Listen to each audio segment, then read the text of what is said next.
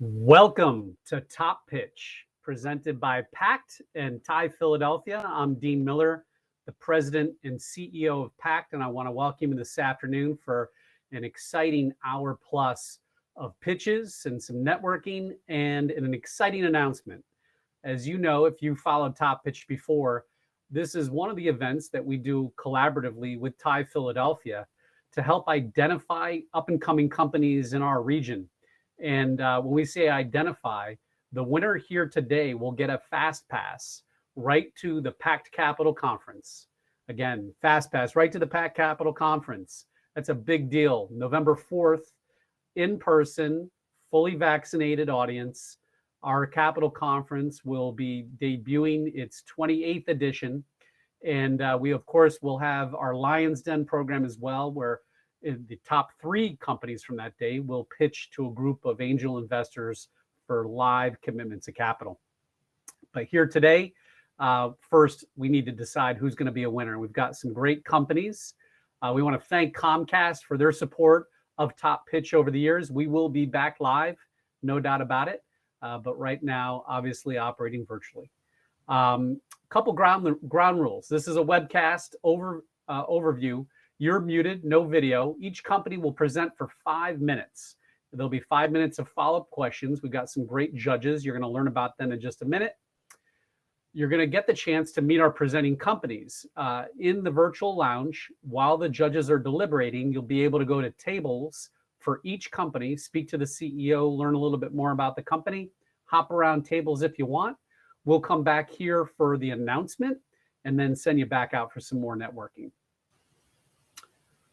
Without further ado, let me introduce the president of TiE Philadelphia, who is also a PACT board member and managing partner of Sri Capital, Doc Pargi. Welcome, Doc.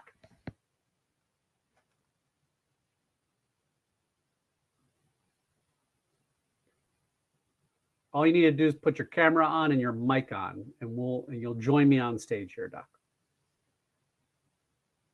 By the way, while Doc is joining, just FYI, this is going to be our last use of Remo. We are moving platforms in the new year and excited to do so. You'll get the chance to experience that on a future PACT event real soon. Welcome, Doc. Great. Sorry about that, Dean.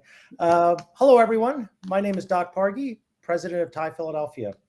I'd like to welcome you to our Top Pitch event. So TiE is a global organization that supports entrepreneurship. With over 15,000 members spread across 61 chapters in 14 countries, TiE has been supporting entrepreneurs by offering education, mentorship, networking, and funding opportunities. Charter members, numbering 3,000 globally, are the backbone of every chapter.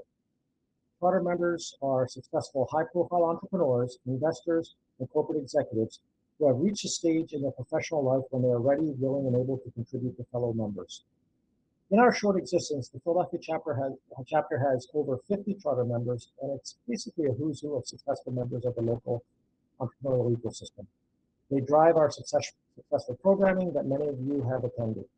Programs such as Top Pitch, in partnership with PACT and Comcast, TiE Young Entrepreneurs, our speaker series, and the Icon event, which honors highly successful entrepreneurs, are just a few examples. So without further ado, I'd like to introduce our judges. So our first judge is Omar Menson, who is a managing director at Ben Franklin Technology Partners. He oversees the technology track at Ben Franklin, and I'm sure that many in the audience have know Omar or have interacted with him. Our next judge is Elizabeth Segetti. We like to call her Liz. She is the head of the Delaware Crossing Investor Group, which has obviously invested in many local startups and early stage companies. She also has a day job. She is a partner at Fox Rothschild and is the head of their venture practice. Finally, we have Ian Fitzpatrick, a fellow TiE Charter member. He is the Chief Strategy Officer at Archetype Solutions, which is a Philadelphia-based private equity and strategy firm. Before that, he had a long career with Hay Management Consultants and works very closely with mentoring entrepreneurs and portfolio companies. So without further ado, I'd like to turn it over to another fellow charter member, Bob Sharufali, who will be running this event. And thank you, Bob, and Aljit prior for overseeing this great event. Thank you, everyone. Thanks, Doc, and welcome everybody.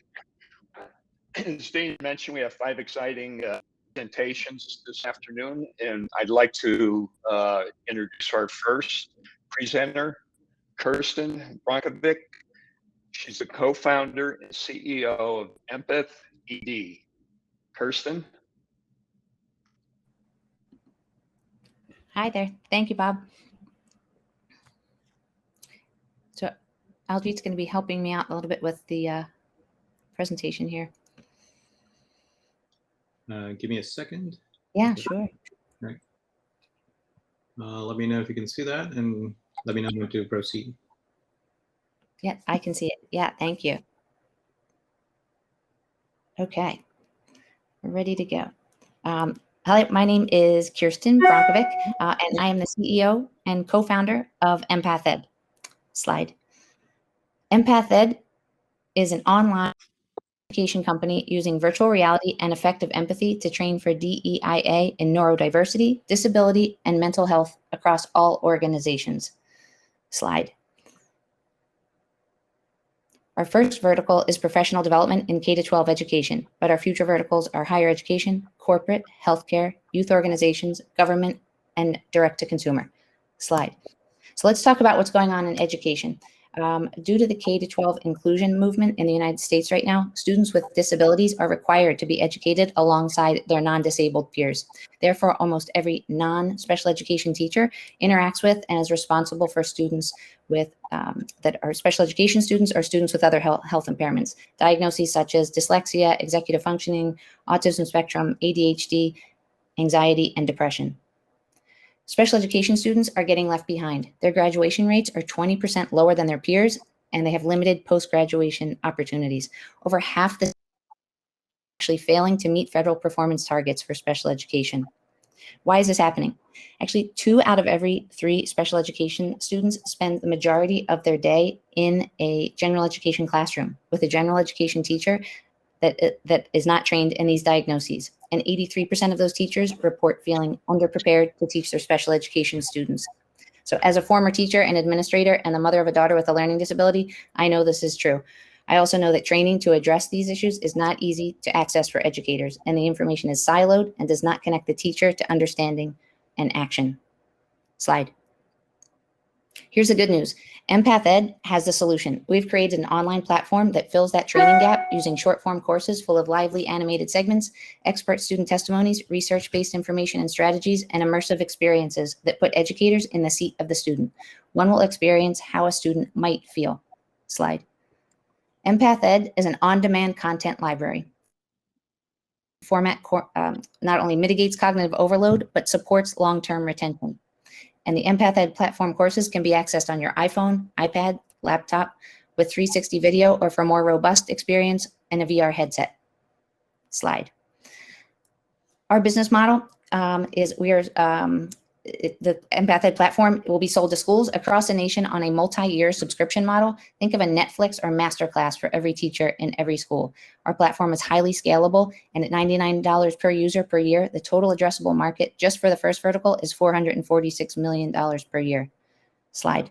Competitors, as you can see, there are other providers of professional development in this space, but they're longer format courses. They might be hours or weeks long. They might be in-person training, or the information that might be presented in a website format that is just too expansive and is overload and not called for the user. Slide. So our go-to-market strategy, we've started with independent schools, and we're now expanding our efforts works and states. Schools have allocated budgets for professional development. And in addition to that, there's an extra $3 billion on the table right now due to the CARES Act and the American Rescue Plan that's earmarked specifically for special education. Slide. So we have, where we are in traction, we have paying clients. We also have a national partnership with the Learning Disabilities Association of America. We're meeting with private schools, charter schools, school districts, a national private school network, and a national tutoring center chain.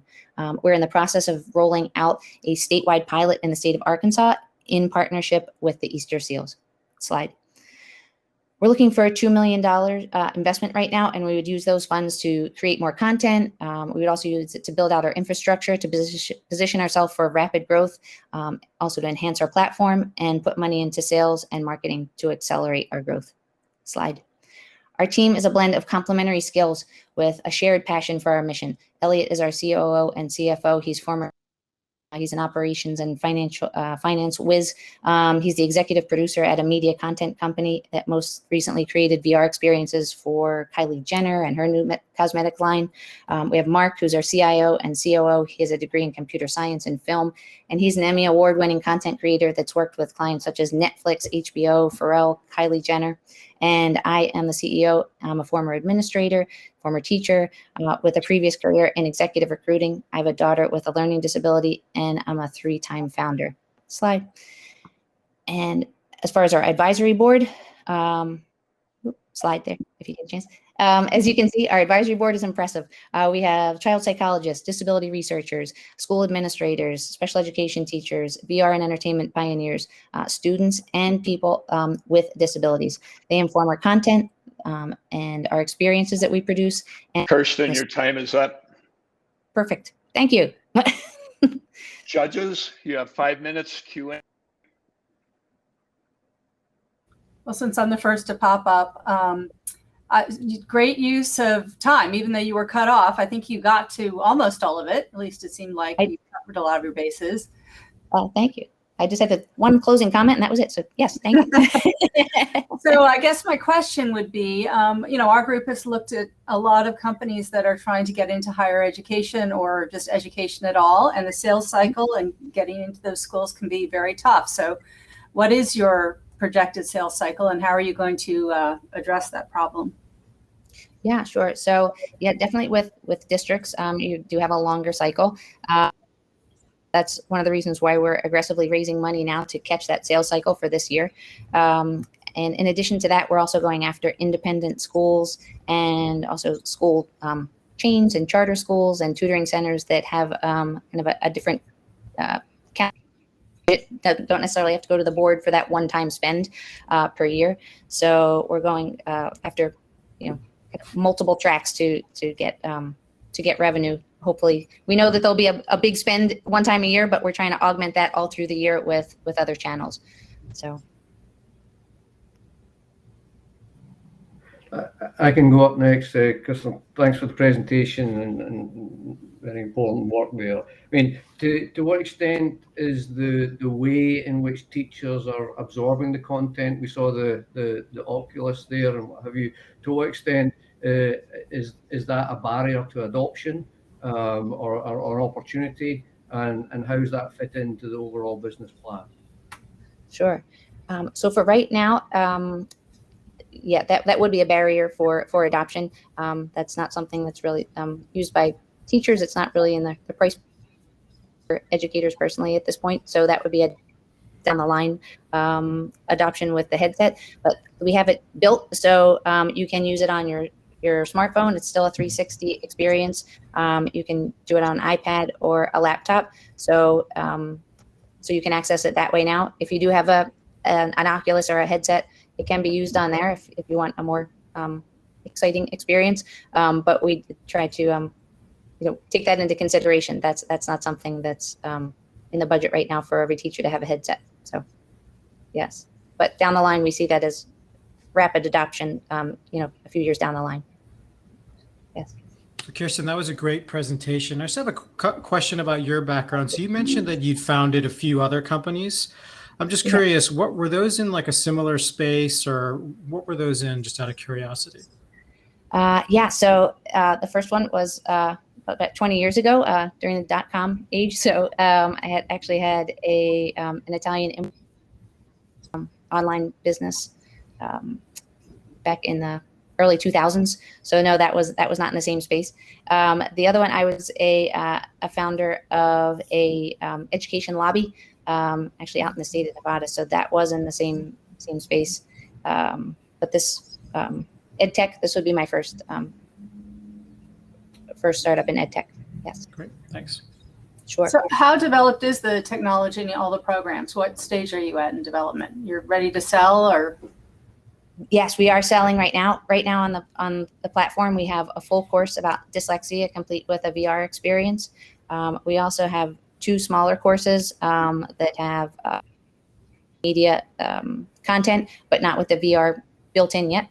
And we're looking to add more courses as we can, and that's why we're looking for funding. One of the big questions we're getting from customers is, when can we get more content? We like this for ADHD. I like this. Can we have fun for executive functioning? And the other 2 smaller courses that we have on there are anxiety and depression. Also asked for by a client, asked us to build those, and we did very quickly within 6 weeks. Minus the VR piece, that's a little bit more expensive to do. So, but it is selling. And we have smaller private schools right now, but we're getting large meetings with large companies, and we do have a state rollout coming in the state of Arkansas in the next 30 days. So it's in use. Yes. Yeah. What's been your progress so far at the 4 million you're trying to raise? The 2 million. Yeah. 2 So million. yeah, that's okay. Yeah. So we've been having meetings with investors. We have one investor on the West Coast that has, committed. If we get a lead investor, he's in. That's the story of everybody's life, right? But he's interested and committed. And then I've been meeting with VCs. I'm trying to meet with angels as well. We also did get an investment from the Bucks County Economic Development Authority in the Bucks Built competition. Wasn't a competition. But yes. So we did get a $25,000 investment from the county. And then we got a grant from Philly Startup Leaders, and then we got a small amount of prize money from another pitch competition that I won, actually sponsored by Ben Franklin. So we have the groundwork, and we're just trying to get meetings, as many meetings as we can. Yeah. Yeah. Kirsten, thank you very much for your presentation. We're going to move on to the next presenter. Thank you, everyone.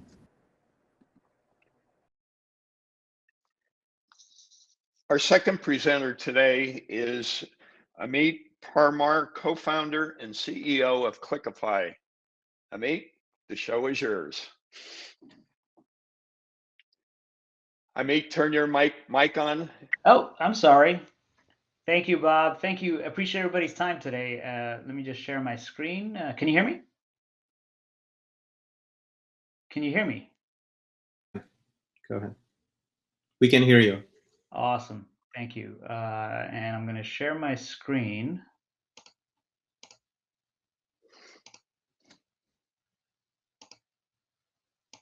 All right. Can someone confirm they can see my screen, please? Yes. Awesome. Thank you. So Amit Parmar, I'm the co-founder and CEO of Cliquify. We're an employer branding platform to tell a visual story of a job and a culture. Essentially, the problem that we're trying to solve is 69% of employers today are reporting difficulty in hiring. This trend is going to continue, and the number one reason is competition from other companies. 46% of companies actually want a stronger employer brand, but they don't have the budget, the staff, nor the time to do it. They typically rely on a marketing function that is measured on sales leads and not recruiting leads. And therefore, this is not a scalable proposition for HR departments in particular to build their brands across social media channels. Our solution, we're a self-service content curation that's AI assisted, social media sharing where employees through LinkedIn, Twitter, Facebook, and soon we're adding Instagram and TikTok. We know that shared content is 3x more trusted than any sponsored ad that's out there. And we're seeing that result and with our clients who are using us. And we provide real-time engagement and cost analytics back to our clients. The results are 10x faster cycle times, 27x more engagement through organic content versus sponsored media. And we're driving upwards of 3x savings for our enterprise accounts at the moment. How it works, very simple. It's a 5-step process. Companies have branded templates. Our AI ML will curate the content from them. Users get on the platform, enterprise users, they publish through our platform across the social media channels of their choosing, capture candidates as well as actionable insights. Why now? Labor shortages are not just a wave at the moment. By 2030, 85 million jobs around the world are going to go unfilled because of lack of skills and labor. Demographic shift, 75% of the world is going to be millennials or younger by 2025. 73% of those were hired via social media channels, not on Indeed or ZipRecruiter, but social media channels. Declining trust in content. So people are trusting content shared by their employees versus any kind of sponsored ad that's out there. And budget optimization. Marketing budgets are on a decline, down 63% from 2014 levels, and HR budgets year over year declining 5 to 10%. And overall, conference board, the CEO survey for 2021, lack of talent is the top internal obstacle for CEOs. Our market size, we're approaching a 3.9 billion TAM in the US. Our addressable market is 198 million, and the way we're built today is we're able to serve about 1.3 million of that market. Our competitors, they're generally available in the branding world from a marketing perspective, but what we have actually developed is a very core solution to solve the recruiting challenge across social media channels. And that's why we have customers, and we'll get to that in a minute. Our product roadmap this year, or 2020, we built a product. Late 2020 is when we went live. This year, we focused on recruiters with social recruitment marketing. Channels that we have integrations with are LinkedIn, Facebook, and Twitter. Next year, we want to move to hiring managers as well as employees, not just recruiters, and move to Instagram and TikTok with video capability, and then open it up in 2023 and beyond to become a career community for companies to really support their brand across social media channels. Our business model, we have an average pricing contract enterprise at $55K per year for unlimited licenses with a lifetime value of $165K for a 3-year contract. And really that's our market. We're after enterprises over 5,000 employees. Our traction to date has been phenomenal. In the last year or so, we're averaging about 1 enterprise account every month and a half or so. We just signed CVS last week. We're super excited about that. Wawa a few weeks ago, and literally right before this meeting, had a very positive meeting with Mondelez International. So our traction's been great. We just have to continue the land and expand strategy is essentially what we have with these enterprises. We have some testimonials from prospective clients as well as existing clients listed here. I won't go through it in detail, but certainly we have some clients who are our fans out there. Our team, I've been in the HR space for the last 16 years, was a global vice president of talent for Unisys Corporation right outside of Philly, managed a $30 million budget. So I've seen a lot in the talent space in general over the years. And Mohit is our product manager. He's been in the space for the last 15 years, managing SaaS products and developing them. Our advisors, Nalim, Samsung. We've got a great advisor from Comcast as well, right in our backyard, and a heavy influencer, William Tincup, as well. We're raising. Amit, your time is up. Okay, thanks. At this time, I'll turn it over to the judges.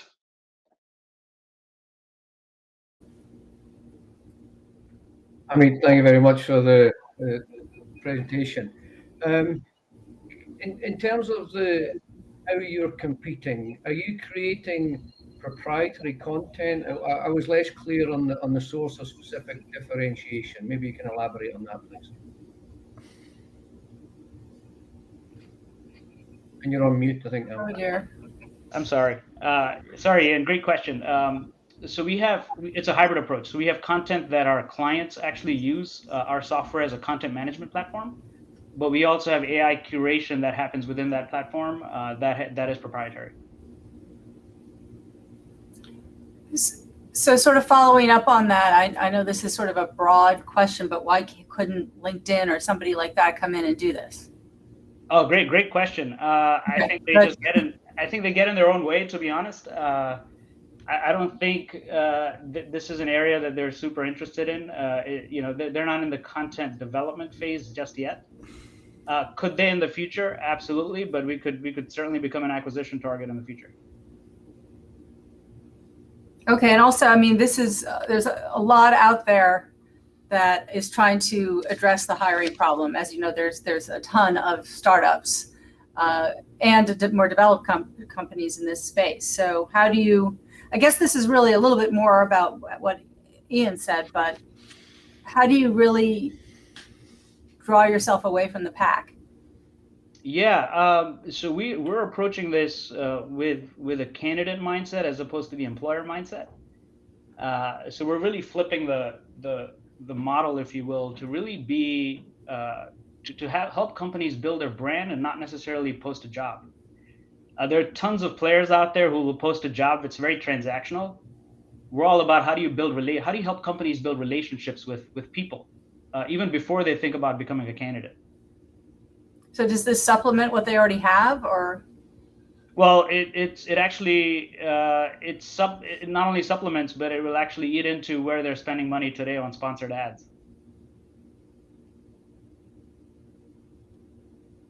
Can you talk a little bit more about the milestones you want to achieve once you complete the fundraise? Yeah. So we want to raise 1.5 million. Sorry, I didn't get to that, but we're raising 1.5 million for 20% stake. And essentially where we want to get to is 25 major enterprises in the next year, with an average lifetime value of each enterprise at 165K. So what is your revenue now? So right now it's about 35K. A lot of these enterprises, they're actually corporate accounts, but the way they're working with us, because we're relatively new in the space, to your earlier comment, what they're doing with us is essentially like a 1 to 3 month pilot, which is a paid pilot. And we're actually giving them some results that they're super happy about. So one of the accounts is already starting to talk about an enterprise level agreement for the full year. Okay. So our strategy, Liz, is land and expand. Essentially is how we want to approach the enterprises. All right, and your technology is fully developed for the enterprise accounts, or you're still developing it? No, it's fully developed. I've got enterprises using us at the moment, Liz. Okay.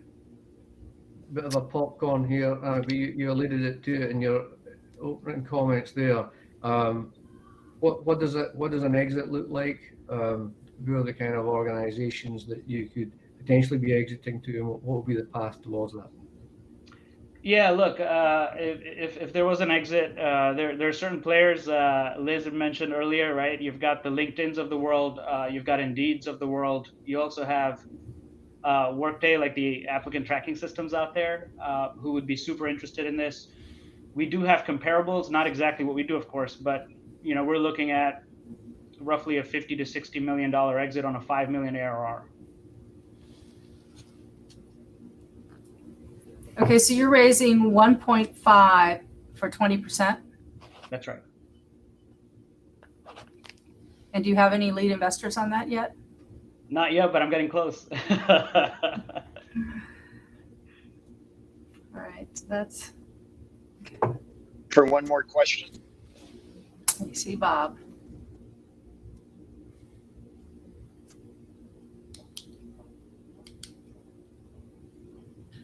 Here, So just one really quick. Oh, go ahead. Go on, I was just Omar. going to ask about, if you had to think about the next key hire for you, like what position would that be? I would say probably a CTO role, just because we have the product leader.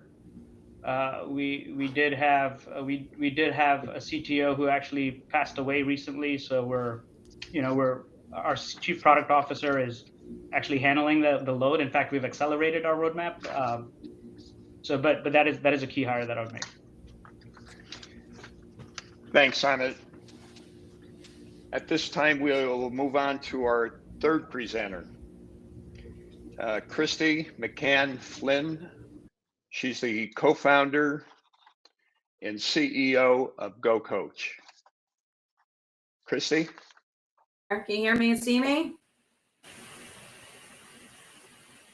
Can you hear me and see me? We can. Okay, great. I'm going.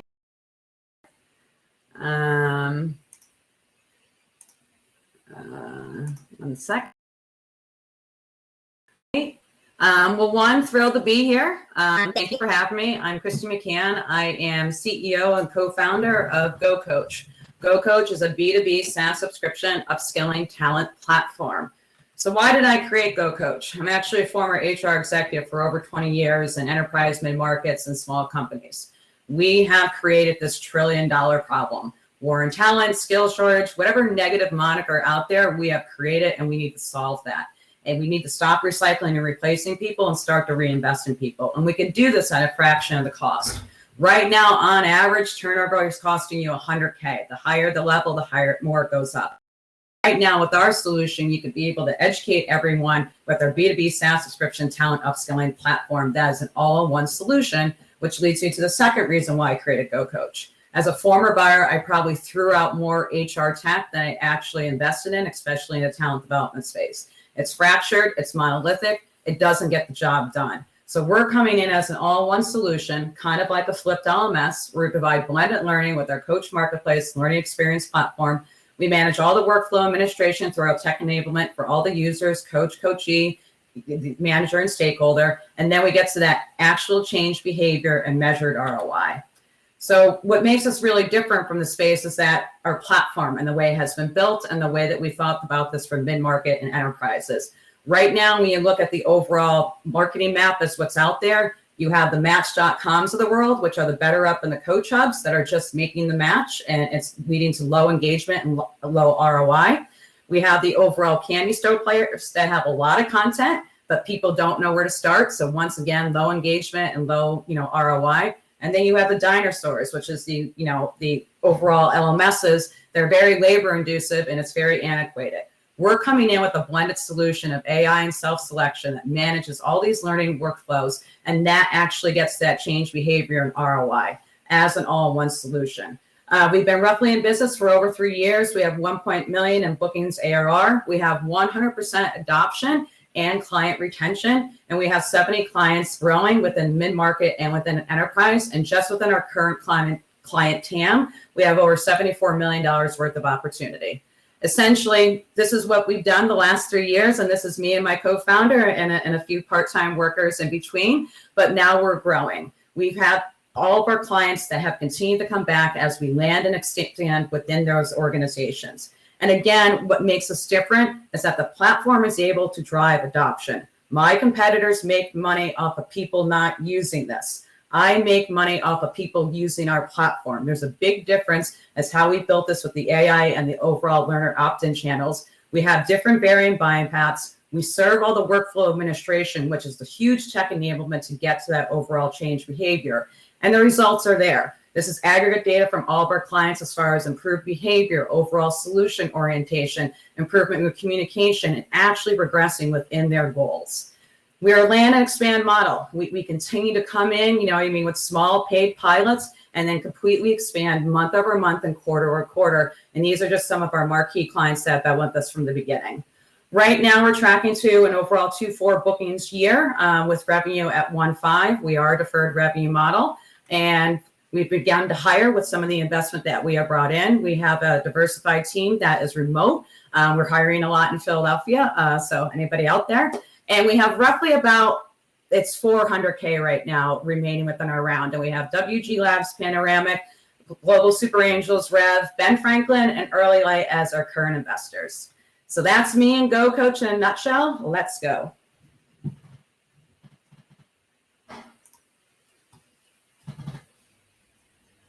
Are the judges back? We're back, Bob. Thank you, Christy. As a former HR tech executive, I took the feedback there. And as you say, the point about having the levels of engagement is what we're looking to see.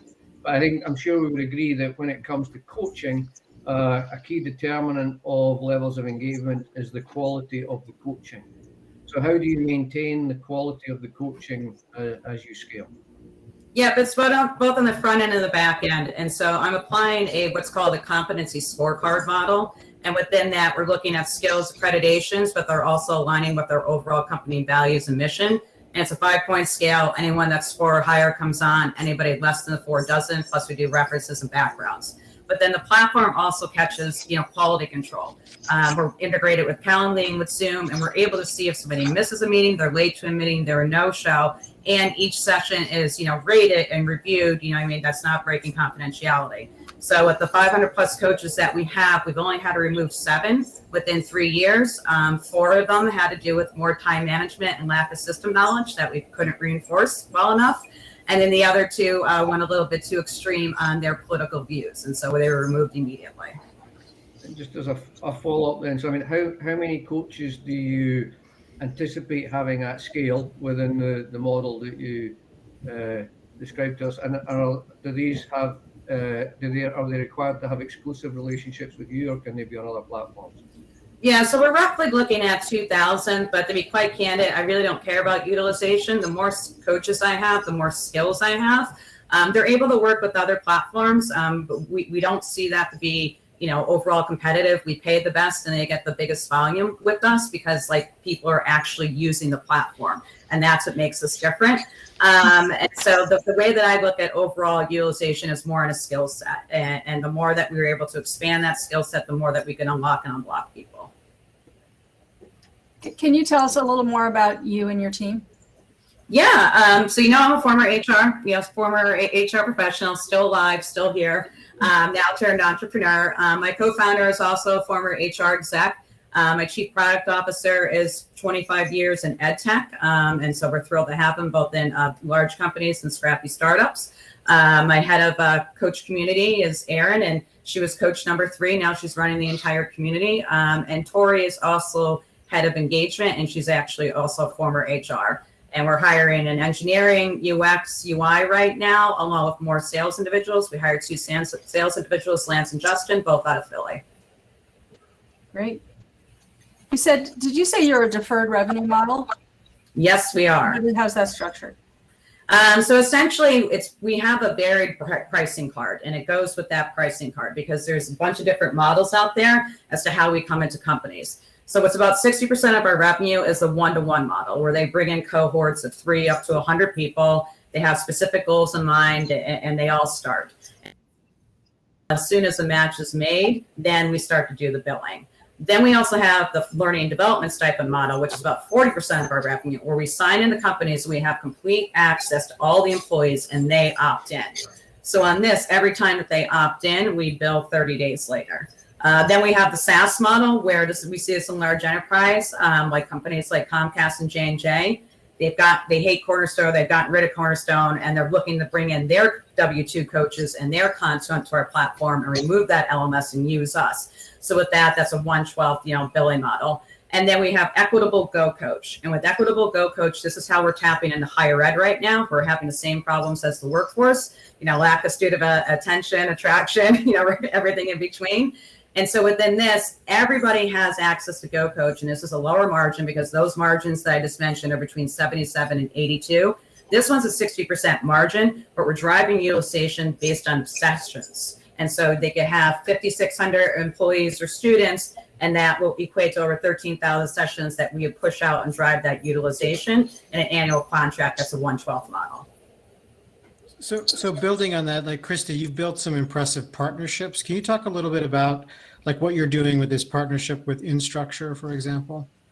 Yes. So the partnership with Instructure was it's really Bridge, who was just sold to LTG over in Europe. And so the way that I see the North Star is that just like ADP is a big player because they solve a huge problem within HR with HRIS payroll and benefits on the talent development side. And the Bridge product has employee engagement and performance management. And those are data companies. And so I want to be able to funnel that data so we can start to play offense instead of playing defense when it comes to these skill gaps and shortages, with that data. So that's what we have the partnership with them. It's time. Thanks, Christy. No worries. Thank you. Have a good one. Let's move on to our fourth presenter, Michael White, who's the co-founder and CEO of NAB. Michael? Okay. Thank you, Bob. Let me share screen.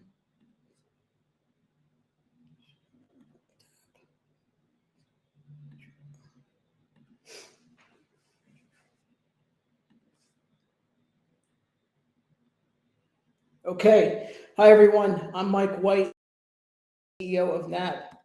Let's start with some trivia. What does the Super Bowl have in common with a Marvel superheroes film? The answer, they have the same audience size. In 2019, 98 million Americans watched the Super Bowl at home on free TV. Just a few months later, 94 million Americans went to the theater and bought a ticket to see Marvel's Avengers Endgame. This sports-like devotion to artists and fictional series is what's known today as fandom. Fandom is huge, it's diverse, and it's everywhere. But there's a problem. On the left, we see a fan. She's streaming a show, she's binging it, she's getting obsessed with a new fandom. When the streaming ends, she's still going to want to engage with it on a daily basis. This happens through visiting news and information sites, tracking down merch and collectibles, going to communities for discussion, and user-generated content. It's really diverse and fragmented, and it's a chore to keep up with, and no one is owning that customer experience. With NAB, we're providing a platform that sits at the intersection of the fandom experience so that we own the customer. And by doing this, we solve their problem in 3 ways. 1, we curate and aggregate top news and shopping, so fans have one place to go to find all the latest updates. 2, it's personalized, so you follow just the fandoms you care about and get news and targeted recommendations free of clutter. And then 3, we wrap it all in a vertical social network solely dedicated to fandom, where fans can discover, learn, share, discuss, and meet like-minded people, all free from outside noise you get on the other platforms. As we said up front, there's a really big audience for this. Research shows that 85% of people who are into some fandom will pursue it online. So we look at that 167 million people in the US as our serviceable market. And then within that, we've found really good early traction with anime and manga fans. It's a 41 million person vertical in the US, but it's still really underserved. So it's been a great beachhead market for us. There's big revenue potential here. Currently, we make money through affiliate sales, but we were just approved by Google to add their ad network to our platform, which will be happening in a couple of weeks. But then big picture, a really good comp for us is Bleacher Report. Bleacher is a vertical social network for sports. They started as ad supported as well, but over time as they scaled, they added video production and licensing, commerce and events, to where by 2019, they broke 200 million in annual revenue. So looking at our target audience size and Bleacher's $30 average annual revenue per user, we value the market at $5 billion. And we see ourselves with the same revenue potential as Bleacher, if not higher, given our affiliate sales channel. So it's a big idea. Where do we start? Our wedge into the market is a fandom shopping tool. We just went live with this in the spring. We've signed up 36 partner stores. We've driven over 1,500 in shopping cart value. And we were selected by Columbia University to join their startup lab in New York City. So right now we're focused on signing up users to our platform more so than drive-by traffic. Right? The people that are signing up to our platform are really our early adopters and the ones that are most likely to come back and spend time on the site and prove out that there's some product market fit. You can see just in the few months we've been out there, we've hit on some really great growth, grown 55%. With really low customer acquisition costs using highly scalable influencer marketing campaigns. Also of note, even though we're not focused on it, our sessions have risen 28% as well to over 7,000 in September, which shows really good engaged organic growth. The roadmap coming up, the first 2 things we want to do is finish the shopping experience. Fans have requested that they want a way to create collections of the stuff they find that they can share with others. So those are the first 2 steps, and it dovetails perfectly into then connecting the community, which we'll do so they can share their collections. And then we build that out further so it becomes a full-fledged social network by giving them chat, real-time chat and messaging, and the ability to post their own content. The founding team consists of myself and our CTO, Nick Rapinani. Previously, I led global teams at Reuters News Agency and Wiley Publishing, so I bring deep experience in media, ad-supported business models, and scaling digital platforms to the team. Nick, I poached from BioTel Heart. He's got deep experience in software development and information systems. And we are raising $1 million in post-money safes to help us scale the platform and get to the next level. So thank you, and we'll open up for questions.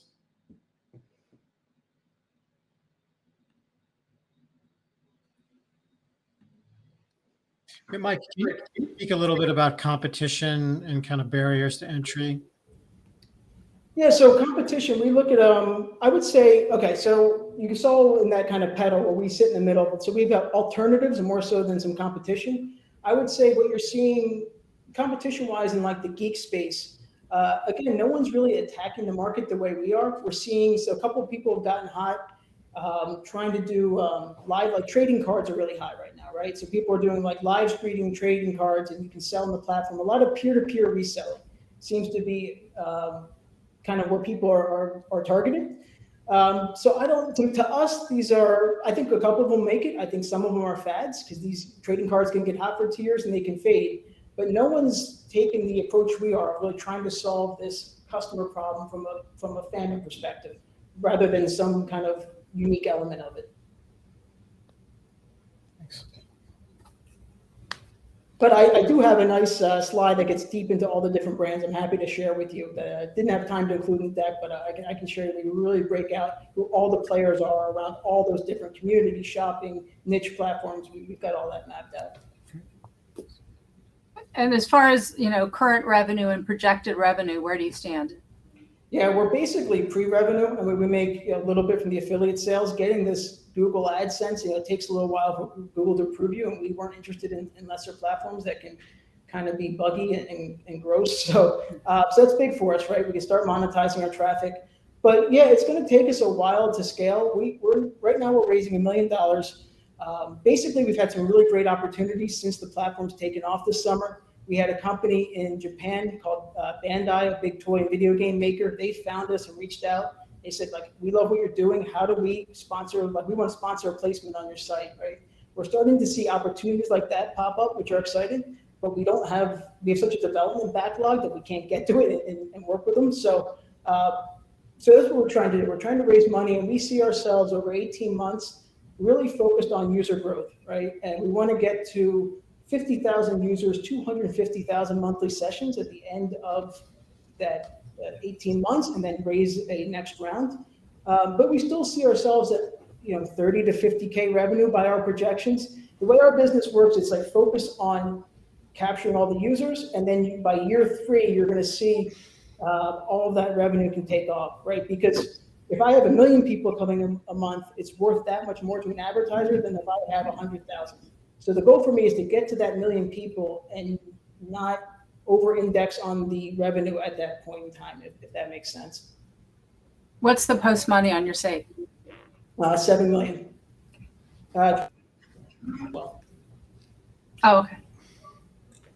Hey, Mike, thanks for that. The week before lockdown, I was at the Gaylord National Resort with the family, and there was a fandom event on that weekend. The place was absolutely jumping. So I'm very aware with the available market and the target market. And I think you're right to say it's undersell. But building on Omar's point, I mean, what are the barriers to scale that you have within those next 12 to 18 months? It was interesting. You talked about the Bleacher model and the way in which additional revenue streams evolved around that business model. If you were to follow in their footsteps and capture equivalent new revenue streams, what are the biggest problems you're going to have to be scaling over the next 12 to 18 months? For us, it's one problem is software developers, right? I just have the one co-founder, Nick. We need more developers, and that's a challenge, right? One, to have the capital to do that, and then to hire great talent. So we feel like we have a network through the Columbia Startup Lab. I've got a slide I can send you with these 7 Columbia interns we have working with us this fall, undergrads and graduates. So we feel like we can do the hiring, but we need to get the capital to build up this team. I'd say the challenge is really just capturing that audience, right? We've got to build that brand and that audience, and that comes really by building a tool they love. So we've started with this shopping tool. It's good. It can be great. And we talk to them all the time, like, what would make this great? And like, oh man, if I can do this, this, and this, if I could save things, build collections, share them, now it becomes great to a certain audience. And then once we get to the next step where we build out the community, right? We give them chat and messaging. They can post their own photos of their stuff and video. Now it's great to a broader audience. Then past that 18 months in my timeline slide, we want to add in the news piece. So now it's great to an even wider audience where I come and follow a fandom and I've got everything I care about. And then we bring in the video production and licensing and start to revenue channels. So it's really capturing that mass audience, and then you can monetize like crazy because they love you and they're open to other, other things you're going to sell them. Thank you, Michael. Great, thanks. Now we'll hear from our final presenter, Matt Draper, Chief Operating Officer of Noble. Matt. Thank you, Bob.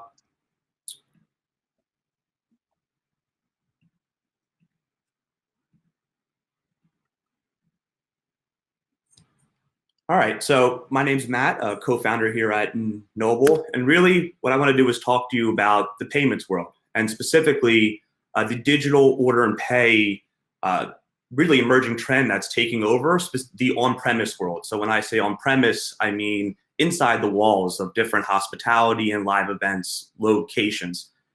This emergence of digital order and pay is obvious. I think we're all seeing contactless in everywhere that we go now. And it's because the business case behind it is very clear.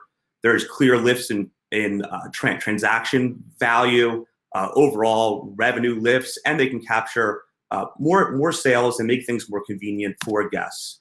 Yet, really, we've seen some really big gaps that are being overlooked by all the different players that are out there. So to make you familiar with how this landscape is, there's millions of these on-premise locations, right? So think concert halls, sports, restaurants, bars. They have a variety of different points of sales and back-of-house systems that manage their commerce. What this digital order and pay wave is doing is really making them enter the consumer tech space, which is completely out of the scope of what these B2B players do. And there's really one key stakeholder that everybody's overlooking right now, and it's the regulators in this, because the reality of it is most of the revenue is liquor. And this is the groups within each state that essentially manage the liquor licensing and the policies around it. Also, for the venues, digital order and pay comes with more operational challenges than tech. How do you get your staff to fulfill things? How do you manage the high volume? This is now becoming more and more out of the scope of traditional e-commerce. And from the consumer, this is now a fragmented market. They do not want a different solution that does the same thing at a variety of places. So how can you create kind of one go-to brand for them to create an account and use at a variety of locations? So that's what we really focused in on. We define ourselves as a digital commerce platform that allows one guest to order and pay for food, drinks, and merch right from their own phone at a variety of locations to really go beyond the pilot is what we say. And there's three pillars to this. We've built a proprietary payment architecture and control system focused on risk. We've built really a different version of an e-commerce flow and controls that can manage the super high volume and dynamics of the operations. And what we call the Noble network is really the network effects as a direct-to-consumer brand. How does this work? On the surface for the consumer, it's very easy. You can create a Noble account. You access it through our owned apps. We can integrate into third-party apps. You can access it online.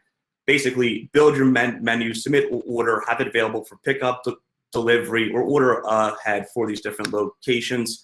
And for the venues, we built the tools to manage this, the integrations to tap into all those point of sales that are out there. And we're already seeing the pull on some of the engagement side.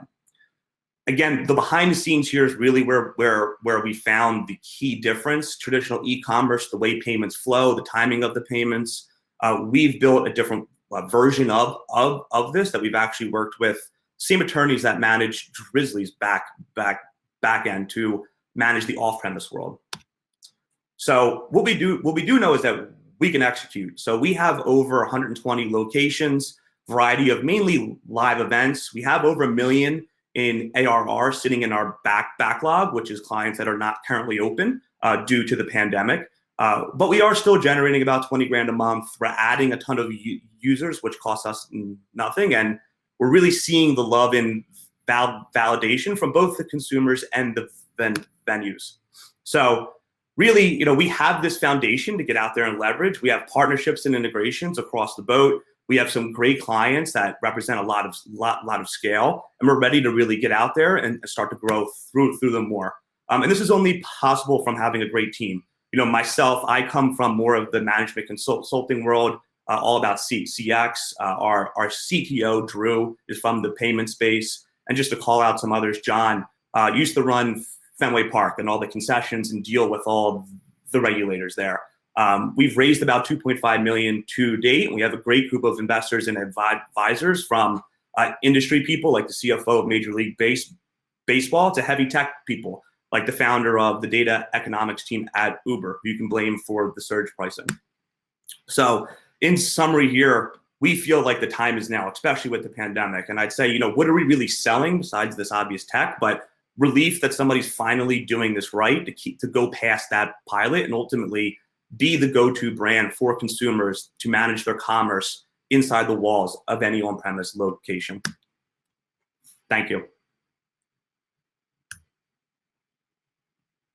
I'll turn it over to you. 5 minutes Q&A. So Matt, you've mentioned that the pandemic you've still been able to grow, but you're saying the pandemic may have limited your growth a little bit. But are there any other factors that are limiting your growth at this point? So the pandemic has limited our traction over per month right now, but it has accelerated the adoption of our tech. So we've tripled our accounts over the last year with no marketing or advertising or really sales budgets. Right now, our barriers to growth are resourcing to put behind more sales. We've been focused on getting our foundation of technology set and really defining, what the right ideal customer profiles to go after are, the sales cycles, and now we're ready to put capital behind that. Great, thanks. And what is? Sorry, go ahead. No, please. So you're raising money. What is the form of that? So right now we're actually not raising money. We're just closing up on a round. We are considering opening it to some strategic investors. We just closed in on a $700,000 note. We're considering bringing on a couple $100K more for some strategic groups. But we do see ourselves going out for an institutional round really when our backlog of these clients start to ramp up and I can bring to the table 100 grand in revenue a month. I believe that's going to be really towards the end of this year or Q1. Matt, thanks for the presentation. Can you say a little bit more about who the buyer is? Yeah, so our main buyers are concessionaires. So these are the groups that manage the food and beverage for the venues out there. And again, we're focusing on live events first because that's where the highest pain for both the venues and the consumers are. So think Compass Group, right? So they are the largest concessionaire in the world that own a bunch of subsidiaries. We have an MSA with them, and they are the ones that essentially pay for the technology. Okay, and so you say, I mean, the pandemic has made us more likely to use contactless and things like that. It's also created a situation where there are less people available to sort of do delivery and things like that. So how do you solve the, what the Amazon might call the last mile problem in the stadium? How do you get my order to me? Yeah, so that is the key difference between an e-commerce kind of shopping cart and a platform that's purposely built for the operations, which is us. And we've built the controls to manage high volume and communicate directly with the staff, leverage kind of the existing staff that they have there to fulfill those orders. And we've also actually built a lot of the training, the onboarding, and the resources to get them up to speed fast.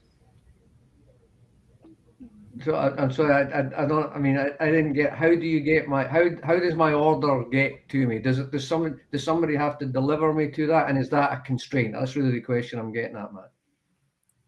Yeah. So the concession staff that's already there, they do rejigger their operations to fulfill these orders to you. And so there's a different flow of that same person that might be pouring a beer right now, delivering it to you, or putting it in an express pickup. We haven't seen, because of the variety of features we have that make that very easy for them, we haven't seen any pushback on the ability to get trained fast. A lot of these people might work part-time, or they're seeing it. We've built it so they can get trained in 30 seconds and get up and running and be able to fulfill those orders. And sorry to hog the question, but I'm on it because Omar and Liz have asked it in other times as well. Who buys you? And eventually, what's the exit option? Yeah, so what we're excited about is seeing a bunch of other mobile and just more cloud-based point of sales go IPO. Toast just IPO'd for $20 billion. They're a partner that we integrate with. You have the Grubhubs and the DoorDashes out there that really focus on the off-premise space. So we just know there's a big business to grow this through. All of those bigger companies are on the table. There's also payment processors, but I think we're focused on building our company to be as big as it can, as fast as we can. And is your technology fully developed, or what is it? Fully developed, over 100 accounts in the United States, about 100,000 users on the platform now. And we are operating in enterprise clients like Mohegan Sun, which is a casino with an arena that, Justin Timberlake was our first concert there. And I probably just didn't catch this, but how are you paid? It's a... Yeah, and that's why I kept this deck up, just in case some of the appendix slides. We do two different forms. One is what we call like an annual membership for the venue. They pay us, $2,000 per terminal or station. So think of that as like one location to fulfill orders. The sports stadium might have 100 of them. And then we do make between $1 and $3 right now per transaction. And that's usually either paid for by the venue who eats that cost, or they pass it through to the consumer depending on the service that they're providing. This is a first to market, or do you have anything proprietary that you think would block others from doing the same thing? Yeah, so we've looked at the landscape, and really it comes down to the regulatory piece at our core. We've seen clients even try to go down this route with other kind of points of sales or back of house, and they end up just selling merchant food because the regulators stop it. So that's our core right now that we want to actually continue to build out more, because the deeper we're getting into it, the more we've seen there's a reg tech opportunity here beyond of payments. We believe there's proprietary opportunity there, and that's something we want to pursue. The more we build it over the next few months. Thank you, Matt, and thank you to all our presenters. At this time, our judges will be moving into the deliberating phase, and that'll take approximately 15 minutes.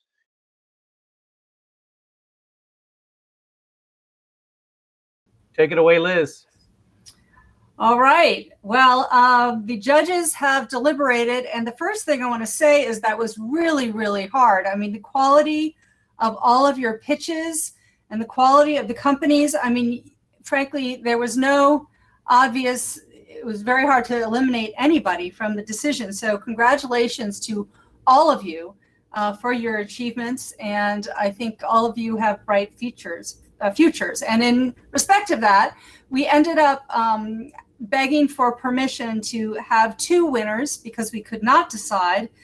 So I'm proud to announce that the first winner is Cliquify with Amit, I hope I say this right, Parmar, winning and doing a wonderful job. So congratulations, there you are. And the second one is GoCoach with Kristy McCann Flynn.